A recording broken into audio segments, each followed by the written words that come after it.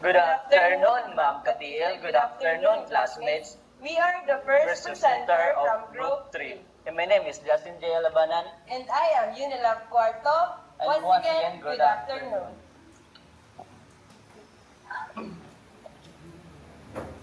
So the title of our presentation for today is Audience, Purpose, and Persuasive Techniques of Media Information Literacy. So, learning objectives. So, at the end of this presentation, you should be able to define the target audience, purpose, and persuasive techniques. Second is identify the target audience of different media messages. Third, explain the four main purposes of media. Fourth is recognize the common persuasive techniques used in advertisement and other media. And the last one is analyze how media messages influence people's thoughts, feelings, and action. So what is the target audience? So, Mr. Berhame, can you please read? Please stand up. You give the microphone to him. Dili ang katong naka ikuan kwarto. Lloyd? Target audience is a specific group of people that a media message is intended to reach. Media creators carefully study the age, interest, lifestyle, occupation, and needs of their audience before creating advertisements, television programs, social media posts, or campaigns. Okay, thank you very much. So, a target audience is a specific group of people that the media messages is intended to reach. So, in Tagalog, ang target audience ay isang specifikong grupo na nais mabot ng isang media messages. Or sa madaling salita, silang dahilan kung bakit ginawa ang isang video, advertisement, or ganyang produkto. For example, kapag mag-focus tayo sa advertisement because advertisement is also one of the media message. So, if advertisement was all about milk, like Alaska, Bourbon, Lido, or anything like that. So what do you think is the target audience of that product? Please raise your right hand. Okay, Mr. Kenneth Loyola.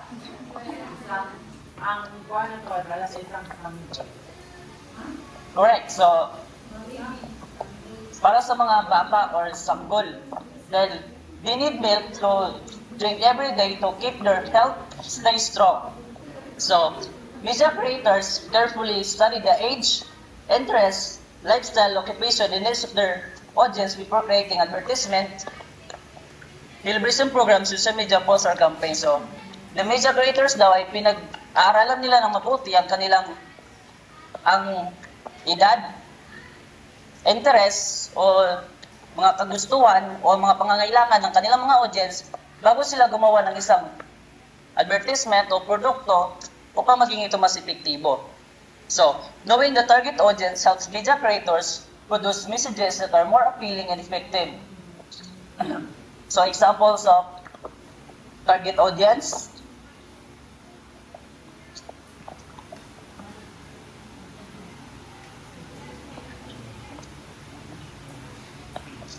Sorry? So, examples of target audience. So, there are 6 examples of target audience. And first is children, teenager, college students, parents, professionals, and senior citizens. And these are the examples of media messages that are for children. So, the media messages that are for children are cartoon shows and toy commercials.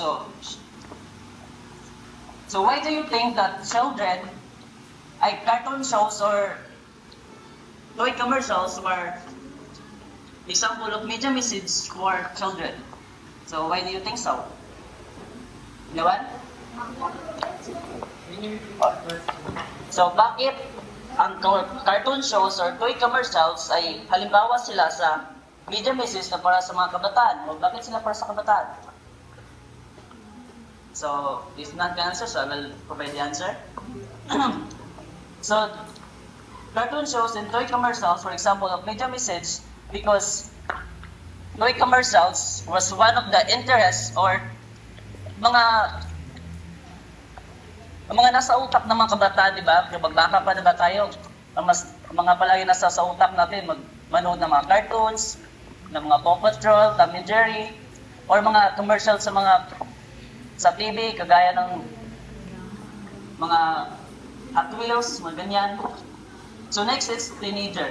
So examples of media misuse for teenagers, TikTok videos, and fashion advertisement. So kayo, you're one of the teenagers. So as you'll see that, di ba isa tayo sa mga nangunguna na sumasabay sa mga trend gaya ng mga Brazilian dance, sa mga, di ba, yan sa mga TikTok videos na naging viral. So next is college students. So the media misuse that for college students were laptop and educational app advertisement. So kapag college na tayo, so mas nakapokus tayo sa academic. So mas nakapokus tayo sa mga laptop or mga app na makakatulong sa atin upang mas mapadali natin ang magawa ng ating mga gawain. So, the fourth one is parents. So, household products and family insurance ads. So, ating mga magulang, nakapokus sila sa mga household products, gaya ng mga washing machine, or refrigerator. Basta, kahit anong mga appliances na makakatulong sa ating bahay. Next is professionals. So, example is business magazines and job recruitment ads. So, as a professional, mas nakafocus tayo sa business as a business-minded. And senior citizens, healthcare and retirement service advertisement. So, sila mga health insurance kapag maano na sila. So, example, a commercial for school supplies is merely intended for students and parents, while an advertisement for anti-aging skincare products is generally intended for adults. So, balik sa dito. So, based on this example, so what do you think are the three target audience that was presented in this example?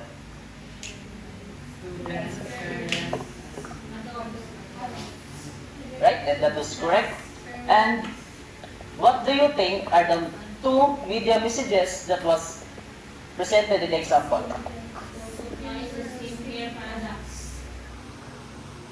And that's correct. So, why is identifying the target audience is important? So, para sa inyo, bakit importante ang pagkilala, pag-identify natin sa mga target audience?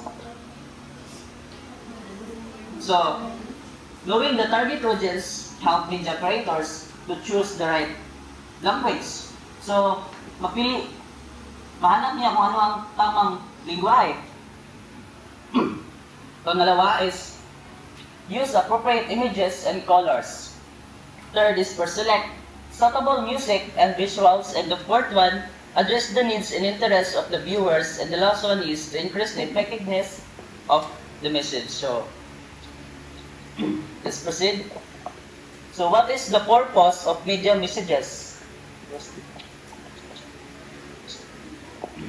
So, every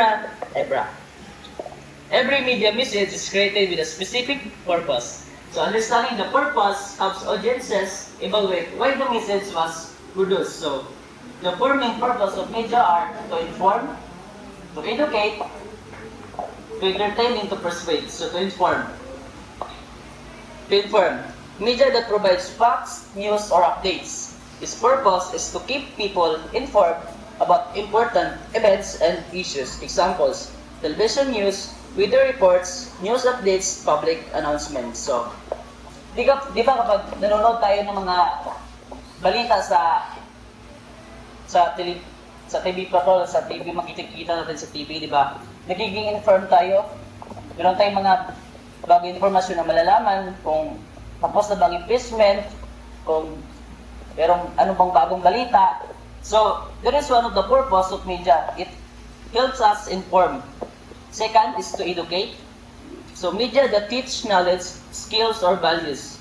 Its purpose is to help people learn and develop new knowledge and skills. Example is educational television programs, online tutorials, documentary films, school learning materials. So, for further knowledge lang, YouTube is also one of the media messages. So, di ba sa pandemic time, di ba maraming mga online videos sa mga online tutorials na nagiging na post dahil stay in tayo sa ating bahay. So,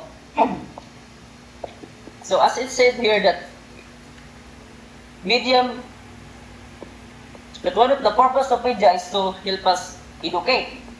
So pwede na tayong mag-search sa YouTube. So, mga tutorials on how, search lang natin Diaz, blah blah blah, nandun na ang mga informasyon o mga pagtutura kung paano ang dapat natin gawin. So, third is to entertain.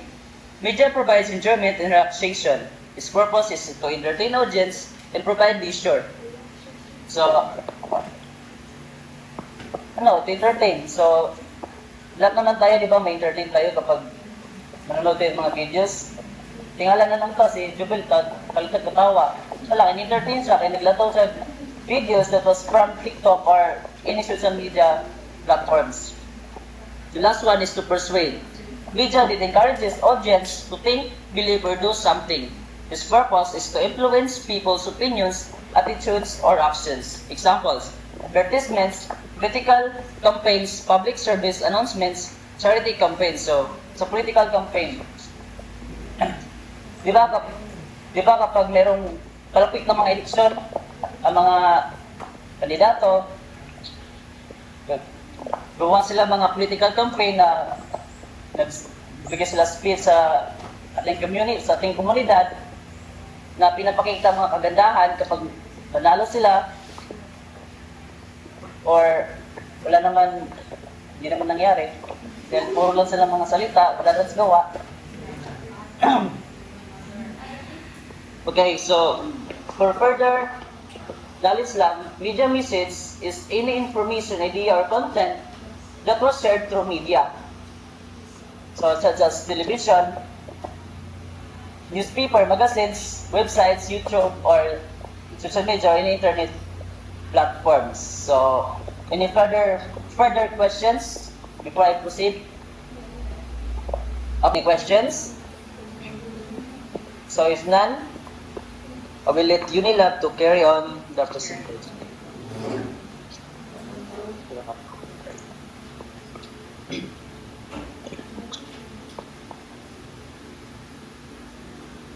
So, let's proceed to the persuasive techniques. So,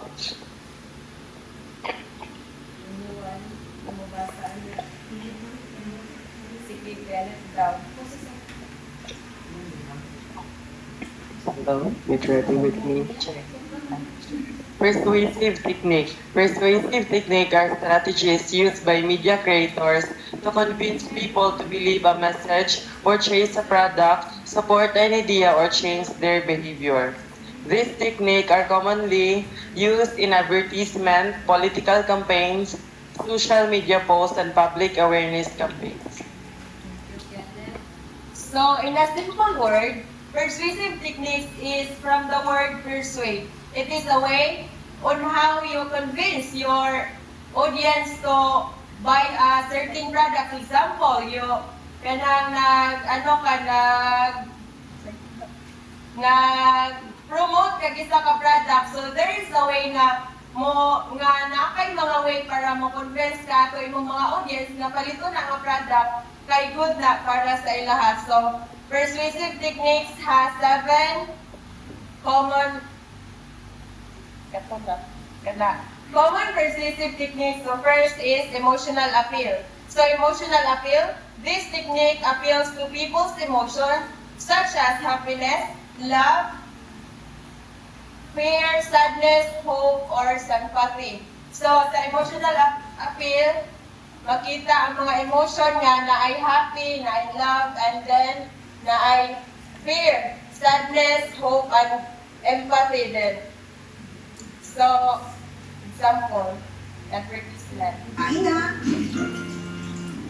Kain na! Paulit-ulit na lang. Ano yan? Sila yan?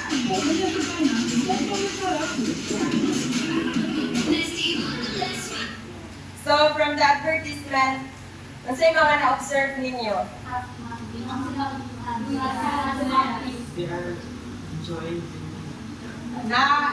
Na-assign togetherness. So that is emotional appeal. So second is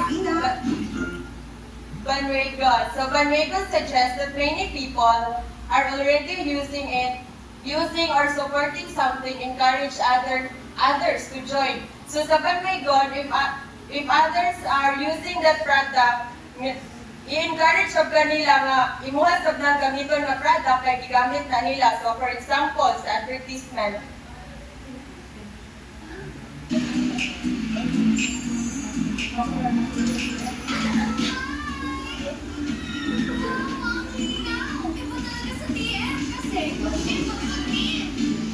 Ibang lakas ng tao mo, Iba ang pilihan. Success lang lahat. Iba kasi din mo lang. Pag-ibat ka na din. Kasi sa DM, iba ang pilihan. so from the advertisement, it encourages others to use that.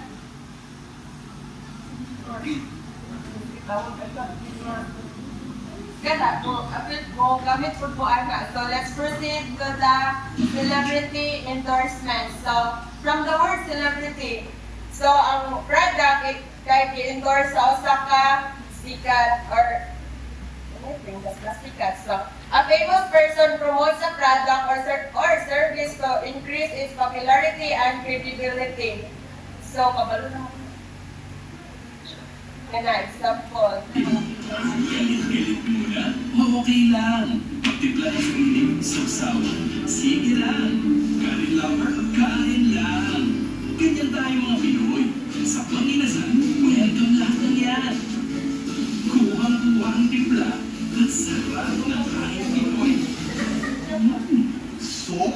Walang katulad ng sarap at saya. Panginasan, sarap ng kain Pinoy.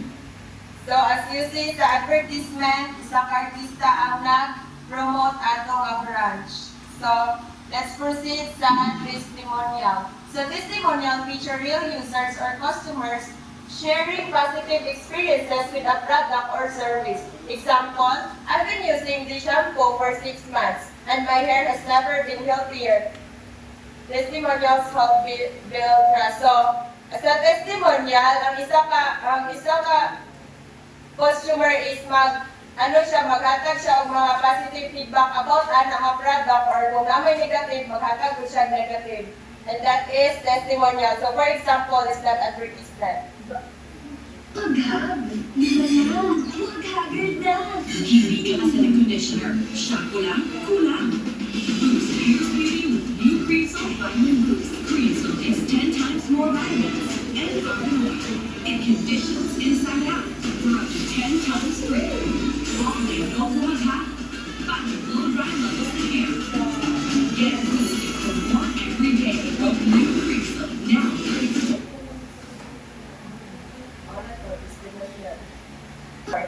Humor is a humorous advertisement, make audiences laugh and remember the product.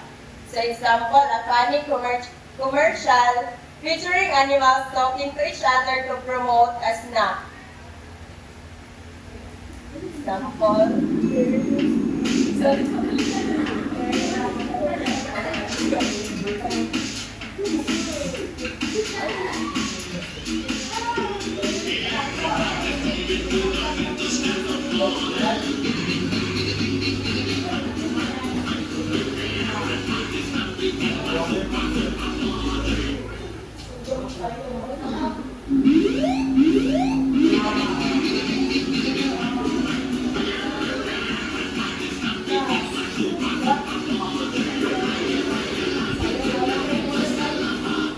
So as you observe sa advertisement, imulantaw mo kay makakatawa mo. So, sunod kay fear appeal. So, fear appeal warns audiences about possible dangers or negative consequences. So, example, road safety advertisement showing the dangers of reckless driving encourage people to drive safely. Example. Guys. Both guys drove to work. Neither guy wore their seatbelt. One guy had a ticket. One guy didn't. Both guys guys drove home from work. One guy wore a seatbelt, one guy didn't.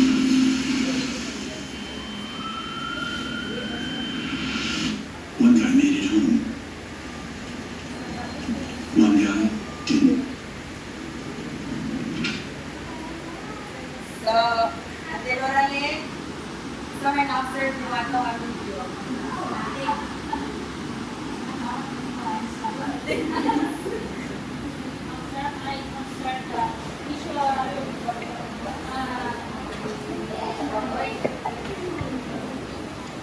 Based on my observation, dapat yun masuot ang seatbelt kung mag-travel ka, pero wala ka may truck, bahala mo. Pero, mahal na siya ikuan. Kaya panalitan man mo break tag kusog, then water ka seatbelt, lupa dito sa amin. Pero naka-seatbelt ka, dili na kataman sa katong tredanan. More. So, thank you, Ate Loraline. Guys, Let's proceed to repetition. So, repetition is repeating a slogan, phrase, or image helps audiences remember the message. So, in repetition, if magbuhat og advertisement ang isa ka product, ginabalik-balik yun na nila pakita ang ilang slogan, na sila yung mga phrase nga, if ever mayroon sila ingana nga product, makailungdong dayon ka nga, mao dahil ko nga product, kay ginapakita nila permi og unsa to nga product. So, for example, ganda.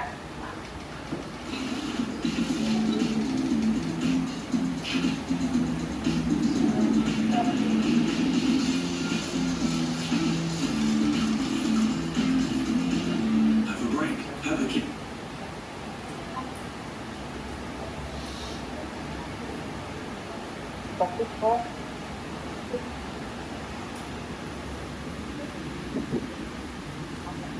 Sige, how to persuasive techniques influence people?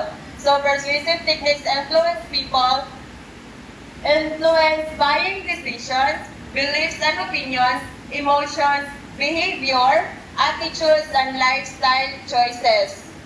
Example, a healthy drink advertisement shows fit and active people exercising. Viewers may believe that drinking the product will help them become healthy and energetic.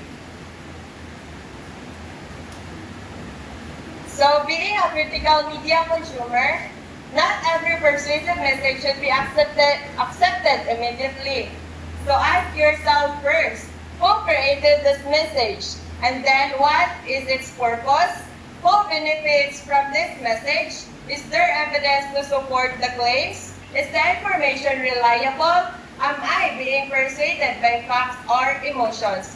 Thinking critically helps prevent manipulation and misinformation.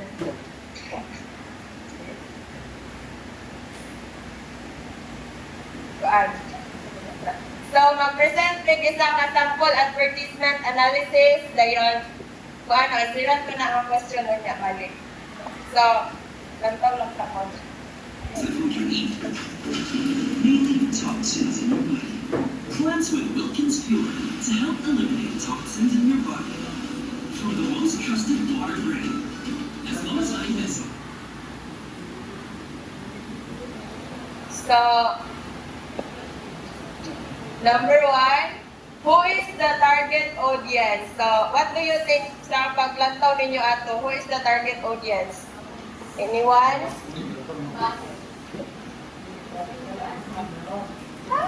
Ayun, ayun. Sige mo. The target audience has people. Will. Okay, Laika. Number 2, what is the purpose? So what do you think is the purpose of that advertisement? Mr. Carlo?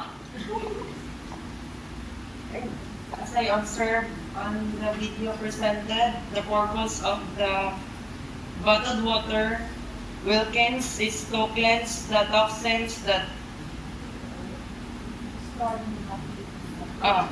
para i-cleanse ang mga hugaw sa ilalim.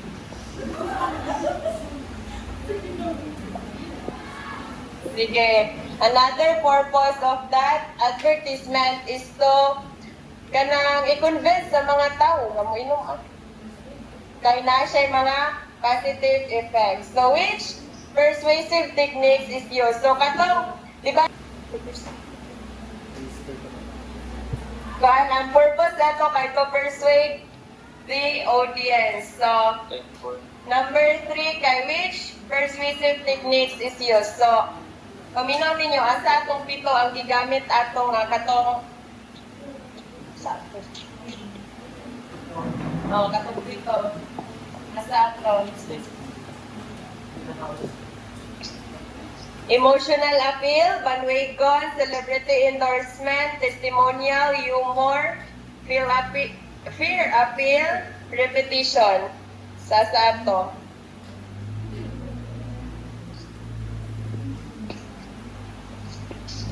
Iway manin. So, it shows emotional appeal. Kay nag-show man nato og active and happy ang person.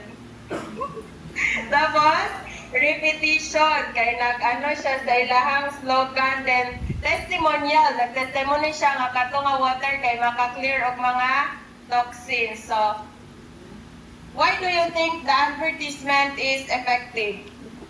Mr. Berhami?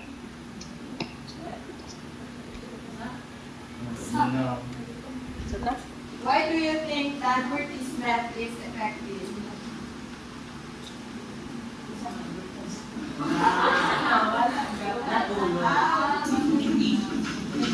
Mainly toxins in your body. Cleanse with Wilkins Pure to help eliminate toxins in your body. From the most trusted water brand, as low as 9 pesos.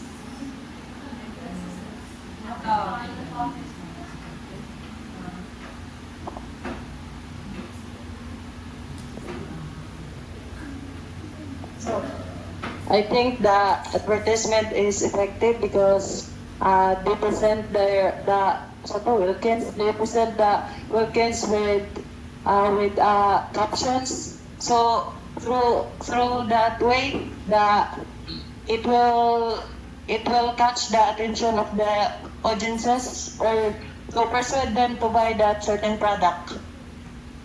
Yeah.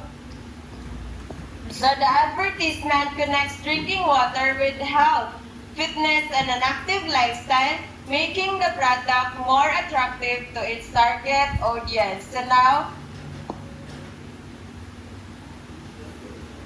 let's proceed sa vocabulary.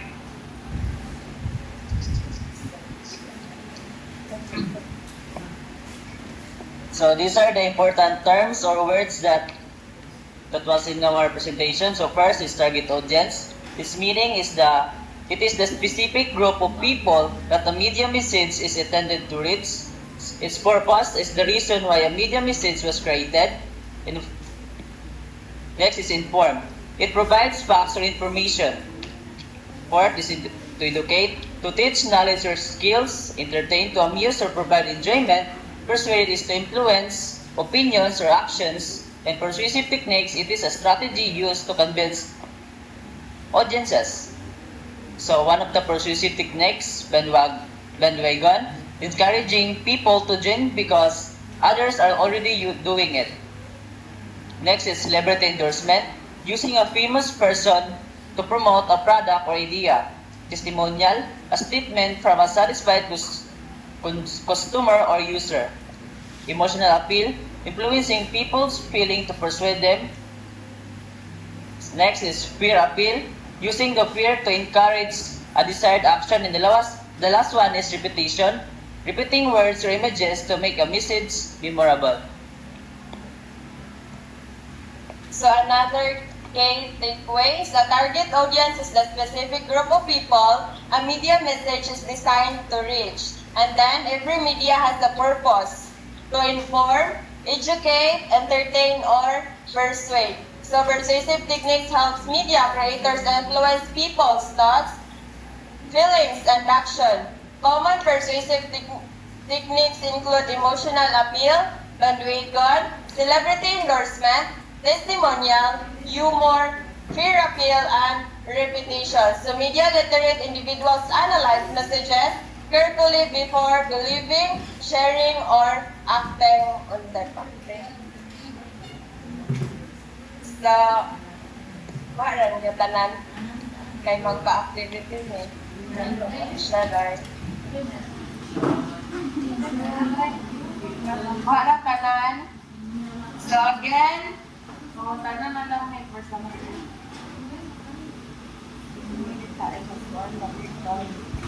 So again, what is a target audience?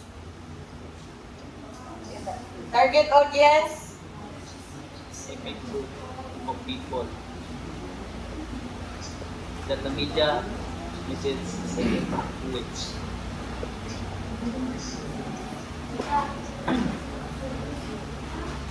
Sige, target audience. What's the target audience? No. Sige, target audience is a specific group of people that a media message is intended to reach. So what are the four purpose of media? Mabras. The core purpose of media messages is to inform, educate, entertain, and persuade. Okay, thank you. So,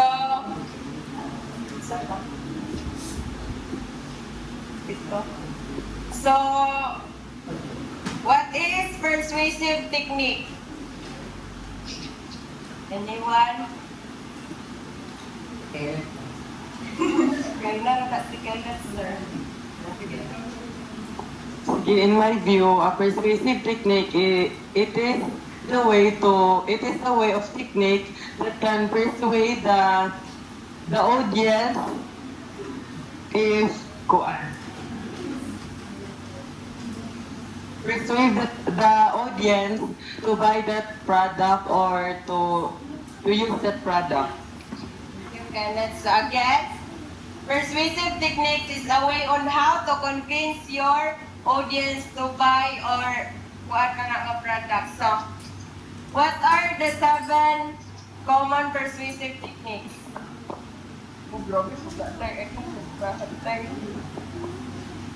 So, what are the 7 common persuasive techniques?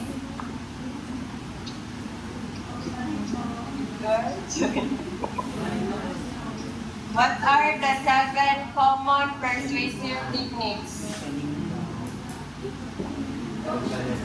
Itirag kulang din kung anras sa upan.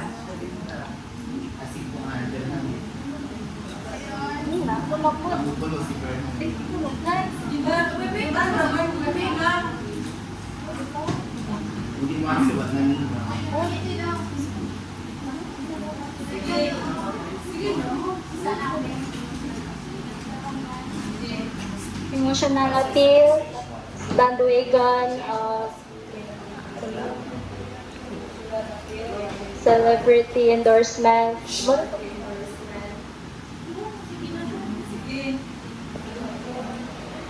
Humanial, reputation. Okay na? Ready na? Okay na? Okay, mag-activity na siya. Asa ang wala niya na samtal? Asa ang wala niya na samtal? Asa dapat ang wala niya na samtal?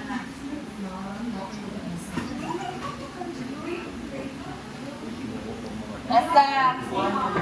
Wala ra? Bandwagon? So, kinsa mo ka-explain about bandwagon daw? Bandwagon? Bandwagon daw. Kinsa? Mabras daw.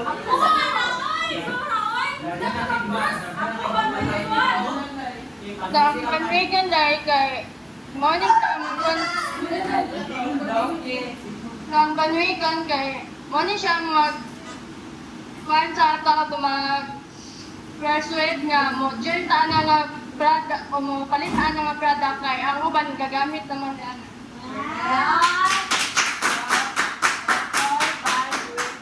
So, another, isa pa. Usa pa wala dyan na sa Carlo Fernandez. Naghanay ni siya ma'am. Huwag lang i-answer mo ko. Ano pa? Si Carlo Fernandez. Mukha nag-isa to. Wala na? Go, Carlo. Na-minus ni mo. Hindi mo tindo. Deserve me. Ate.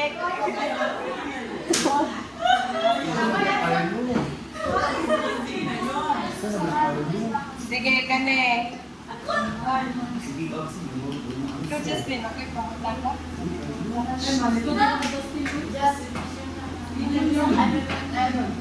So, pangutanan ako kung nasabtan ba ninyo kung unsa ang target audience o ang pito ka persuasive technique because mo tong pinaka-goal gid sa among presentation. So, for further knowledge, so there are 6 examples of target audience. First is children, teenagers, college students, professionals, parents, and senior citizens. So, mo ang mga choices sa target audience, for example niya. And as Yulad said, there were 7 persuasive techniques. And the first is fear appeal, bandwagon, celebrity endorsement, testimonial, humor, fear appeal, repetition. Kabisa. So, that's all. So, ay napadiyay, the 4 media purposes. Kasi nakakuan. Who wants to answer?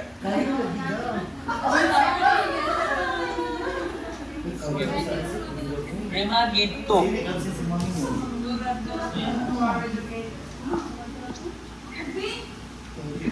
To inform, to educate. And that's correct. And Rosel, what are you? The two is entertainment and persuade. That's correct. And Nurin.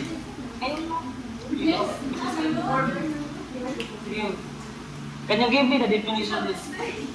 One of the media purposes that is to inform. So can you give me the definition of it or small detail? To inform. Oh, to inform. Yubel? Being? Sa to? Inform? To inform. Ang inform sa to dahil? Provide siya na. To provide. Mag-provide na ang inform kayo na mag-provide na siya og mga facts or mga news.